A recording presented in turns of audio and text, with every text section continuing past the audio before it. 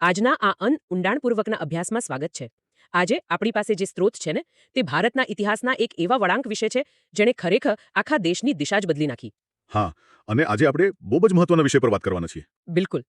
આજે આપણે આધુનિક ભારતનો ઇતિહાસ અને તેમાં પણ ખાસ કરીને પ્રકરણ 7 પેજ નંબર 167 થી 184 પર એકદમ વિસ્તૃત ચર્ચા કરવાના છીએ.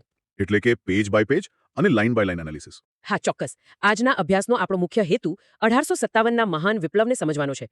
એટલે કે 5Ws પર ફોકસ કરીશું. આ ઘટનામાં કોણ સામેલ હતું, શું થયું, ક્યારે અને ક્યાં થયું, અને સૌથી અગત્યનું કે આ બધું શા માટે થયું. આ શા માટે વાળો ભાગ બહુ જ રસપ્રદ છે. હા, એટલે વિચારો કે કોઈ મોટો જ્વાળામુખી ફાટવાનો હોય તો શું તે બસ એક જ રાતમાં થાય છે? એવું તો નથી હોતું ને. વર્ષોથી જમીનની અંદર લાવા ઉકળતો હોય છે અને પછી અચાનક કોઈ એક નાનકડી તિરાડમાંથી તે એક મોટા વિસ્ફોટ બનીને બહાર આવે છે. આ જ્વાળામુખીનું ઉદાહરણ એકદમ સચોટ છે. હું તો માનું છું કે જ્યારે આપણે 1857ના વિપ્લવ વિશે વિચારીએ છીએ ત્યારે ઘણીવાર એવું જ માનવામાં આવે છે કે આ તો માત્ર લશ્કરમાં થયેલો એક રાતોરાતનો બળવો હતો. હા, સામાન્ય રીતે એવું જ ભણાવાય છે. બરાબર. હા, પરંતુ પેજ નંબર 167 થી આગળ વાંચતા આપણને સ્પષ્ટ સમજાય છે કે તે દાયકાઓથી ભેગા થયેલા અસંતોષનું એક વિકરાળ પરિણામ હતું. હા, સાચી વાત. આજના આપણા આ વિશ્લેષણનો હેતુ પણ એ જ સમજવાનો છે કે આ મહાન ઘટના પાછળના મૂળ કારણો ખરેખર શું હતા. આપણા ઐતિહાસિક ઘટનાઓને માત્ર તારીખો ગોખીને નહીં પણ એક સળંગ વાર્તા અને કારણ પરિણામના સંબંધ તરીકે સમજવાનો પ્રયાસ કરીશું. આ કોઈ સામાન્ય લશ્કરી બળવો નહોતો, પણ બ્રિટિશ સામ્રાજ્યના પાયા હચમચાવી દેનારો એક પ્રચંડ ભૂકંપ હતો, જેના મૂળિયા સમાજના દરેક વર્ગ સુધી પહોંચેલા હતા. તો ચાલો આ ઉકળતા લાવા વિશે જ વાત કરીએ. હું નોટ્સ વાંચી રહી હતી ત્યારે મેં જોયું કે પુસ્તકના શરૂઆતના જ પેજ પર એક બહુ મોટો ખુલાસો છે. હા, કયો ખુલાસો? 64માં બંગાળમાં સિપાહીઓનો બળવો થયો હતો. પછી 1806માં વેલ્લોરમાં એક મોટો વિરોધ થયો હતો અને 1824માં બેરકપુરમાં પણ. આ બધા બળવા બહુ સૂચક છે. હા, તો આટલા બધા છૂટાછવાયા વિરોધ થવા પાછળનું મુખ્ય કારણ શું હોઈ શકે? ખાસ કરીને વેલ્લોર અને બેરકપુરના કિસ્સામાં એવું તે શું બન્યું હતું? જુઓ, આ ત્રણેય ઘટનાઓએ દર્શાવે છે કે સૈનિકોના મનમાં ધીમે ધીમે કેવી રીતે રોષ જમા થઈ રહ્યો હતો. 1806ના વેલ્લોરના બળવાની વાત કરું તો ત્યાં સૈનિકોને તેમની પરંપરાગત પાઘડી પહેરવાની મનાઈ ફરમાવવામાં આવી હતી. ઓહ, અને તેની જગ્યાએ ચામડાની ટોપી પહેરવાનો આદેશ અપાયો હતો. હવે ભારતીય સૈનિકો માટે પાઘડી એ માત્ર કાપડનો ટુકડો થોડો હતો, તે તેમના ગૌરવ અને ધર્મનું પ્રતીક હતું. સાચી વાત. તેવી જ રીતે 1824માં બેરકપુરમાં સૈનિકોને બર્મા મોકલવામાં આવી રહ્યા હતા. તે સમયે સમાજમાં એવી માન્યતા હતી કે દરિયો પાર કરવાથી પોતાનો ધર્મ ભ્રષ્ટ થઈ જશે. હા, કાલાપાની જેને કહેવાય છે. બરાબર. એટલે જ્યારે તેમને દરિયો પાર કરવાની ના પાડી ત્યારે બ્રિટિશરોએ તેમની પર સીધો ગોળીબાર જ કર્યો. આ સ્પષ્ટ દર્શાવે છે કે અંગ્રેજો ભારતીયોની ધાર્મિક અને સામાજિક માન્યતાઓને કેટલી હદે નજરઅંદાજ કરતા હતા. આ ધાર્મિક માન્યતાઓ સાથે છેડછાડની વાત તો સમજાય છે, પરંતુ સ્ત્રોતમાં 1856ના એક કાયદાનો પણ ખાસ ઉલ્લેખ છે. લોર્ડ કેનિંગ દ્વારા લાવવામાં આવેલો જનરલ સર્વિસ એનલિસ્ટમેન્ટ એક્ટ. હા, એ બહુ જ વિવાદિત કાયદો હતો. તો આ કાયદામાં એવું તો શું હતું જેણે પેલા બળતામાં ઘી હોવાનું કામ કર્યું? આ કાયદો ખરેખર એક બહુ મોટો ટર્નિંગ પોઈન્ટ હતો. 1856ના આ એક્ટ મુજબ લશ્કરમાં નવા જોડાતા તમામ સૈનિકોએ એવી બાંહેધરી આપવી પડતી હતી કે બ્રિટિશ સરકાર ઈચ્છે તો તેમને ભારતની બહાર પણ સેવા આપવા જવું પડશે. એટલા ફરજિયાતપણે? હા, બિલકુલ ફરજિયાત. આની સીધી અસર તેમની ધાર્મિક માન્યતાઓ પર પડતી હતી. આ ઉપરાંત એક આર્થિક મુદ્દો પણ હતો જે બહુ મહત્વનો છે. આર્થિક મુદ્દો? કેવી રીતે? જ્યારે સૈનિકો સિંધ કે પંજાબ જેવા દૂરના વિસ્તારોમાં સેવા આપવા જતા ત્યારે તેમને એક વિદેશ ભથ્થું મળતું, જેને એ સમયે ભથ્થું એટલે કે ભટ્ટા કહેવાતું. અંગ્રેજોએ આ ભથ્થું આપવાનો ઇનકાર કરી દીધો. અરે વાહ! એટલે કામ વધારે અને પૈસા નહીં? બરાબર. વિચારો કે એક સૈનિક પોતાનો જીવ જોખમમાં મૂકીને ઘરથી દૂર લડવા જાય અને તેને તેનું યોગ્ય વળતર પણ ન મળે. સ્ત્રોતમાં એક બહુ જ સચોટ વાક્ય લખેલું છે કે સિપાહીઓ ખરેખર યુનિફોર્મ પહેરેલા ખેડૂતો જ હતા. વાહ, આ બહુ જ પાવરફુલ વાક્ય છે. યુનિફોર્મ પહેરેલા ખેડૂતો. હા, એટલે કે ગામડામાં ખેડૂત જે આર્થિક અને સામાજિક યાતનાઓ ભોગવી રહ્યો હતો તેનો સીધો પડઘો લશ્કરની છાવણીમાં પડતો હતો. અને જો આપણે ખેડૂતો અને આર્થિક પાસાની વાત કરીએ તો સ્ત્રોતમાં એક આશ્ચર્યજનક આંકડો આપેલો છે. મેં વાંચ્યું કે માત્ર અવધ વિસ્તારમાં જ 21,000 જેટલા તાલુકાદારોની જમીન છીનવાઈ ગઈ હતી. હા, 21,000 એ બહુ મોટો આંકડો છે. આ આંકડો વાંચીને જ નવાઈ લાગે છે. આ તાલુકાદારો એટલે કોણ અને તેમની જમીન છીનવાઈ જવાથી આખા સામાજિક માળખા પર કેવી અસર પડી હશે? જો, તાલુકાદારો એટલે એવા લોકો જેઓ પેઢીઓથી જમીનના માલિકો હતા. ગામમાં તેમનો મોભો હતો. તેઓ સ્થાનિક સ્તરે ન્યાય કરતા અને લોકોનું ધ્યાન રાખતા. હવે વિચારો કે આજે જો કોઈ મોટી ઇન્ડસ્ટ્રી રાતોરાત બંધ થઈ જાય અને લાખો લોકો એકસાથે બેરોજગાર થાય, તેવી જ આર્થિક મહામારી એ સમયે અવધમાં આવી હતી. આખું અર્થતંત્ર પડી ભાંગ્યું હશે. બિલકુલ. 21,000 તાલુકાદારો જમીન વિહોણા થવાનો અર્થ એ હતો કે તેમની નીચે કામ કરતા હજારો ખેડૂતો અને સૈનિકો પણ રસ્તા પર આવી ગયા. ભારતના પરંપરાગત હસ્તકલા ઉદ્યોગોને તો બ્રિટિશોએ પહેલેથી જ નષ્ટ કરી દીધા હતા. એટલે લોકો પાસે ખેતી સિવાય બીજો કોઈ વિકલ્પ જ નહોતો રહ્યો. અને ખેતીમાં પણ અંગ્રેજોની ટેક્સ સિસ્ટમ એટલી કઠોર હતી કે ખેડૂતો દેવાના ડુંગર નીચે દબાતા જ ગયા. બરાબર. એક મિનિટ. આ આર્થિક શોષણની સાથે સાથે રાજકીય અપમાનનો પણ બહુ મોટો રોલ હતો એવું નોટ્સ પરથી સ્પષ્ટ જણાય છે. આમાં ડોક્ટ્રીન ઓફ લેપ્સ એટલે કે ખાલસા નીતિનો ઉલ્લેખ છે અને એક બીજો શબ્દ પણ છે સબસિડિયરી એલાયન્સ. આ સબસિડિયરી એલાયન્સ એટલે પેલી સહાયકારી યોજના ને? હા, એ જ સહાયકારી યોજના. જેમાં રાજાઓએ અંગ્રેજ લશ્કરનો ખર્ચો ઉઠાવવો પડતો હતો. હા, એકદમ સાચું. વેલેસ્લીની આ સહાયકારી યોજના એ ભારતીય રાજાઓને પંગુ બનાવવાનું બહુ મોટું હથિયાર હતું. આ યોજના મુજબ રાજાએ પોતાના રક્ષણ માટે બ્રિટિશ લશ્કર રાખવું પડતું અને તેનો બધો ખર્ચ રાજાએ જ ઉઠાવવો પડતો. એટલે લશ્કર બ્રિટિશરોનું અને ખર્ચો ભારતીય રાજાઓનો. અને ધીમે ધીમે રાજાઓ દેવામાં ડૂબતા ગયા અને અંગ્રેજોએ તેમના રાજ્યો ધીમે રહીને પચાવી પાડ્યા અને ડેલહાઉસીની ખાલસા નીતિએ તો હદ જ કરી નાખી. ખાલસા નીતિમાં શું હતું? જો કોઈ રાજાને પોતાનું સગું સંતાન ન હોય તો તેને દત્તક પુત્ર લેવાનો અધિકાર છીનવી લેવાયો અને તે રાજ્ય સીધું બ્રિટિશ સામ્રાજ્યમાં ભેળવી દેવાયું. ઓહ, અને આ રાજકીય અપમાનનું સૌથી મોટું ઉદાહરણ તો મુઘલ સમ્રાટ બહાદુર શાહ ઝફરનું હતું. બિલકુલ. મેં વાંચ્યું કે બ્રિટિશરોએ નક્કી કર્યું કે પ્રિન્સ ફકીરુદ્દીનના મૃત્યુ પછી મુઘલ સમ્રાટના વારસદારોને શાહી ખિતાબો અને તેમના બાપદાદાના મહેલો એટલે કે લાલ કિલ્લો એ બધું છોડવું પડશે. જે મુઘલ સલ્તનતને લોકો સદીઓથી ભારતના રાજકીય પ્રતીક તરીકે જોતા આવ્યા હતા, તેનું આટલું મોટું અપમાન લોકો માટે સહન કરવું બહુ મુશ્કેલ હતું. અને સાથે જ સામાજિક અને ધાર્મિક ડર પણ સતત ઊભો કરવામાં આવી રહ્યો હતો. હા, પેલા 1856ના કાયદાની વાત કરીએ, રિલિજિયસ ડિસેબિલિટીઝ એક્ટ. એ શું હતો? આ કાયદા દ્વારા એવો નિયમ બનાવવામાં આવ્યો કે જો કોઈ વ્યક્તિ પોતાનો ધર્મ પરિવર્તન કરે, ખાસ કરીને હિન્દુમાંથી ખ્રિસ્તી બને, તો પણ તેને તેના પિતાની મિલકતમાંથી કાનૂની હિસ્સો મળશે. અચ્છા, એટલે ધર્મ પરિવર્તનને પ્રોત્સાહન. કારણ કે અગાઉ ધર્મ છોડનારને મિલકતમાંથી બેદખલ કરવામાં આવતા. આ કાયદાને કારણે અને સાથે સાથે ખ્રિસ્તી મિશનરીઓની ખુલ્લેઆમ થતી પ્રવૃત્તિઓને કારણે ભારતીયોને પાક્કી ખાતરી થવા માંડી કે બ્રિટિશરો તેમનો ધર્મ અને સંસ્કૃતિ નષ્ટ કરવા માંગે છે. એમાં પણ સરકારે મંદિરો અને મસ્જિદોની માલિકીની જમીન પર ટેક્સ નાખવાનું શરૂ કર્યું. જે ભારતના ઇતિહાસમાં અગાઉ ક્યારેય નહોતું થયું. બિલકુલ નહોતું થયું.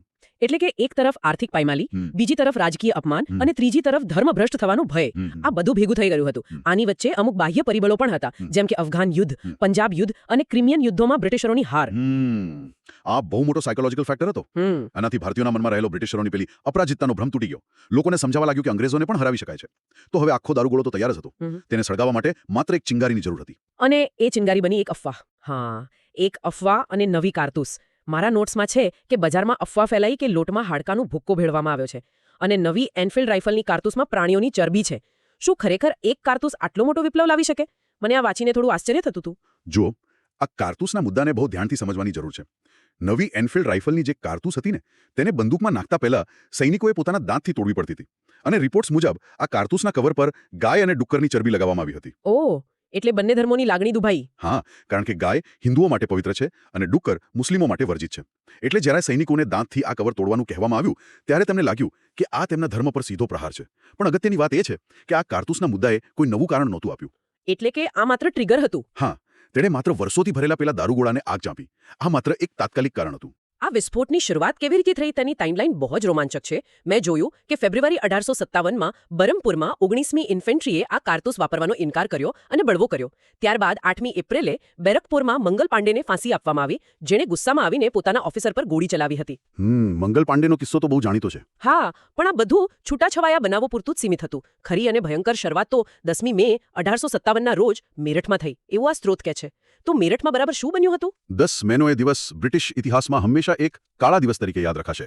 મેરઠમાં ભારતીય સૈનિકોએ ખુલ્લેઆમ બળવો પુકાર્યો. તેમણે પોતાના જે સાથીઓને કારતૂસનો વિરોધ કરવા બદલ જેલમાં પૂરવામાં આવ્યા હતા, તેમને છોડાવ્યા અને રસ્તામાં આવતા બ્રિટિશ ઓફિસરોની હત્યા કરી. બાપરે. અને અહીંથી તેમણે જે કૂચ કરી તે ખરેખર ઐતિહાસિક હતી. સૂર્યાસ્ત પછી આ સૈનિકોએ કોઈપણ જાતના સ્પષ્ટ નેતૃત્વ વિના દિલ્હી તરફ ઘોડા દોડાવ્યા. આખી રાતની મુસાફરી કરીને 11 મેની વહેલી સવારે તેઓ યમુના નદી પાર કરીને દિલ્હી પહોંચી ગયા. વિચારો કે એ સમયે કેવો માહોલ હશે. હજારો સૈનિકો ધૂળ ઉડાડતા દિલ્હીના લાલ કિલ્લા પાસે પહોંચે છે અને દિલ્હી પહોંચીને તેમણે સીધા જ વૃદ્ધ મુગલ સમ્રાટ બહાદુર શાહ ઝફર પાસે જઈને તેમને ભારતના સમ્રાટ તરીકે નેતૃત્વ લેવા કહ્યું. હા, આ બહુ મોટી અને મહત્વની ઘટના છે. પણ મને એ પ્રશ્ન થાય છે કે બહાદુર શાહ તો ઉંમરલાયક હતા અને તેમની પાસે કોઈ સૈન્ય તાકાત પણ નહોતી, તો પછી સૈનિકોએ તેમને જ કેમ પસંદ કર્યા? હું સમજાવું. આની પાછળ એક બહુ મોટું મનોવૈજ્ઞાનિક અને રાજકીય કારણ હતું. બહાદુર શાહ ભલે નવડા નેતા હતા, પરંતુ પેલું મુગલ સમ્રાટનું નામ હજુ પણ ભારતની રાજકીય એકતા અને કાયદેસરતાનું પ્રતીક હતું. અચ્છા, એટલે લોકોને જોડવા માટે. હા, સૈનિકો જાણતા હતા કે જો તેમને આખા દેશનો ટેકો જોઈતો હોય તો આ બળવાને માત્ર સૈનિકોના અસંતોષ તરીકે નહીં, પણ એક રાષ્ટ્રીય સંગ્રામ તરીકે રજૂ કરવો પડશે. અને એ માટે મુગલ ઝંડાથી વધુ શક્તિશાળી પ્રતીક બીજું કોઈ જ નહોતું એ સમયે. હા, બહાદુર શાહે સીધી હા પાડી દીધી હતી. ના, બહાદુર શાહે શરૂઆતમાં થોડો ખચકાટ અનુભવ્યો, પણ પછી તેમણે આખા દેશના રાજાઓને પત્રો લખીને અંગ્રેજો સામે એક થવા આહવાન કર્યું. આ લખાણ વાંચતી વખતે એક આંકડાએ મારું સૌથી વધુ ધ્યાન ખેંચ્યું. આ માત્ર લશ્કરી બળવો નહોતો રહ્યો. હા, બિલકુલ નહીં. સામાન્ય નાગરિકો આમાં બહુ મોટા પાયે જોડાયા હતા. સ્ત્રોત કહે છે કે માત્ર અવધ વિસ્તારમાં આ બળવા દરમિયાન માર્યા ગયેલા 1.5 લાખ લોકોમાંથી 1 લાખ તો સામાન્ય નાગરિકો હતા. આ આંકડો તો રૂવાડા ઊભા કરી દે તેવો છે. આ સામાન્ય નાગરિકો શા માટે પોતાના જીવના જોખમે રસ્તા પર આવી ગયા હતા? આ બાબતે દર્શાવે છે કે લોકોમાં ગુસ્સો કેટલો ઊંડો હતો. આ નાગરિકો લાકડીઓ, ભાલા અને ધારિયા લઈને રસ્તા પર ઉતરી આવ્યા હતા. રસપ્રદ વાત એ છે કે તેમનો ગુસ્સો માત્ર અંગ્રેજો સામે નહોતો. તો બીજું કોણ હતું નિશાના પર? સ્ત્રોતમાં સ્પષ્ટ ઉલ્લેખ છે કે લોકોએ કોર્ટ રેવન્યુ ઓફિસ અને શાહુકારોના હિસાબના ચોપડા સળગાવી દીધા. આનો અર્થ એ થાય કે ગુસ્સો તેમના દ્વારા ઊભા કરાયેલા અને તેમને રક્ષણ આપનારા શોષણકર્તાઓ જેવા કે વ્યાજખોર શાહુકારો અને નવા જમીનદારો સામે પણ હતો. ખેડૂતોને સામાન્ય લોકોએ આ તકનો ઉપયોગ પોતાનું આર્થિક શોષણ કરતી આખી બ્રિટિશ વ્યવસ્થાને તોડી પાડવા માટે કર્યો. આટલા મોટા પાયે જ્યારે રોષ ફાટી નીકળ્યો ત્યારે સ્વાભાવિક છે કે લોકોને કોઈ નેતાની જરૂર પડે. તો આ આખા સંગ્રામમાં નેતૃત્વ કોણે લીધું? સ્ત્રોતમાં અલગ અલગ વિસ્તારોના નેતાઓનું એક આખું લિસ્ટ આપેલું છે. હા, એ લિસ્ટ બહુ ઇન્ટરેસ્ટિંગ છે. જેમ કે દિલ્હીમાં પ્રતિકાત્મક નેતૃત્વ બહાદુર શાહ ઝફર પાસે હતું, પણ વાસ્તવિક લશ્કરી કમાન્ડર જનરલ બખ્ત ખાન હતા, જે બરેલીથી પોતાના સૈનિકો લઈને આવ્યા હતા. પછી કાનપુરમાં નાના સાહેબ હતા. તેમની અંગત નારાજગી શું હતી કે તેઓ આમાં જોડાયા? નાના સાહેબ બાજીરાવ બીજાના દત્તક પુત્ર હતા. આપણે અગાઉ વાત કરીને તેમ અંગ્રેજોએ ખાલસા નીતિ હેઠળ તેમને વારસદાર માનવાનો ઇનકાર કર્યો અને તેમનું પેન્શન બંધ કરી દીધું. આ અપમાનના કારણે તેમણે કાનપુરમાં બળવો કર્યો અને અંગ્રેજ જનરલ સર યુ વ્હીલરને હરાવીને શરણાગતિ સ્વીકારવા મજબૂર કર્યા. લખનૌનું દ્રશ્ય પણ એવું જ કંઈક ભયંકર હતું ને. ત્યાં બેગમ હઝરત મહેલે નેતૃત્વ લીધું અને પોતાના પુત્ર બિરજીસ કાદિરને નવાબ જાહેર કર્યો. લખનૌમાં તો હિન્દુ અને મુસ્લિમોએ ભેગા મળીને એટલી સખત લડત આપી કે બ્રિટિશ રેસિડેન્ટ સર હેનરી લોરેન્સનું એમાં મૃત્યુ થયું. હા, અને બિહારમાં જોઈએ તો ત્યાં 70 વર્ષની વયના જમીનદાર કુંવર સિંહનો અદ્ભુત જુસ્સો જોવા મળ્યો. આ ઉંમરે પણ તેમણે અંગ્રેજોને હંફાવી દીધા. જ્યારે બરેલીમાં ખાન બહાદુરે અને ફૈઝાબાદમાં મૌલવી અહેમદુલ્લાએ જોરદાર લડત આપી. પણ આ બધામાં એક નામ એવું છે જે આખા વિપ્લવનું સૌથી તેજસ્વી પ્રતીક બની ગયું, ઝાંસીની રાણી લક્ષ્મીબાઈ. રાણી લક્ષ્મીબાઈની વાર્તા ખરેખર અદ્ભુત અને પ્રેરણાદાયક છે. ડેલહાઉસીએ તેમના દત્તક પુત્રને વારસદાર માનવાનો ઇનકાર કરીને ઝાંસી પડાવી લીધું હતું. ત્યારે રાણી લક્ષ્મીબાઈની એક ગર્જના, હું મારી ઝાંસી નહીં આપું, આજે પણ ઇતિહાસના પાના ઉપર ગૂંજે છે. નાના સાહેબના સાથી તાત્યા ટોપેએ પણ તેમને સાથ આપ્યો અને બંને ગ્વાલિયર પર કબજો જમાવ્યો. આ બધા જાણીતા નામો તો આપણે સાંભળ્યા છે, પણ સ્ત્રોતમાં એક એવા અજાણ્યા હીરોનો ઉલ્લેખ છે જેણે મને ખરેખર આશ્ચર્યમાં મૂકી દીધી. કોની વાત કરો છો? એ નામ છે શાહમલ. ઉત્તર પ્રદેશના બાગપત વિસ્તારના એક સામાન્ય ગ્રામીણ. જરા વિચારો કે એક સામાન્ય ગામડાનો માણસ કોઈ પણ લશ્કરી ટ્રેનિંગ વિના શું કરી શકે? સ્ત્રોત કહે છે કે તેણે 84 ગામો, જેને 84 દેશ કહેવાતો, તેના મુખિયાઓ અને ખેડૂતોને એકઠા કર્યા. હા, શાહમલની આ વાર્તા વિપ્લવના જમીની સ્તરના નેતૃત્વને બહુ સારી રીતે દર્શાવે છે. આ માણસે જે સંગઠન કૌશલ્ય બતાવ્યું તે કોઈ પણ મોટા જનરલને ટક્કર મારે તેવું હતું.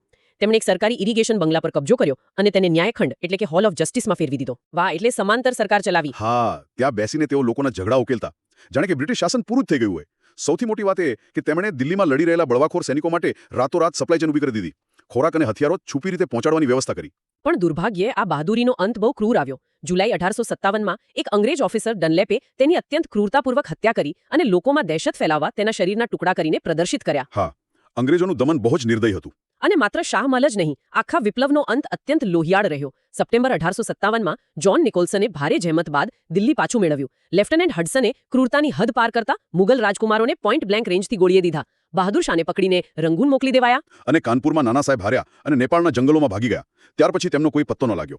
તાત્યા ટોપે જ્યારે જંગલમાં ઊંઘતા હતા ત્યારે દગો થવાથી પકડાઈ ગયા અને તેમને ફાંસી અપાઈ. અને રાણી લક્ષ્મીબાઈ મેદાને જંગમાં બહાદુરીપૂર્વક લડતા લડતા શહીદ થયા. આ બધું સાંભળીને આપણને ચોક્કસ એવો પ્રશ્ન થાય કે આટલા મોટા પાયે થયેલો બળવો, જેમાં લાખો લોકો જોડાયા, તે આખરે નિષ્ફળ શા માટે ગયો? જો આપણે એનું તાર્કિક પૃથ્થકરણ કરીએ તો સૌથી મોટું કારણ એ હતું કે આ બળવાનો સમગ્ર ભારતમાં ફેલાવો ન હતો. પૂર્વ, દક્ષિણ અને પશ્ચિમ ભારત મોટા ભાગે શાંત રહ્યા. બીજું, ભારતીય સમાજના તમામ વર્ગોએ આમાં ભાગ ન લીધો.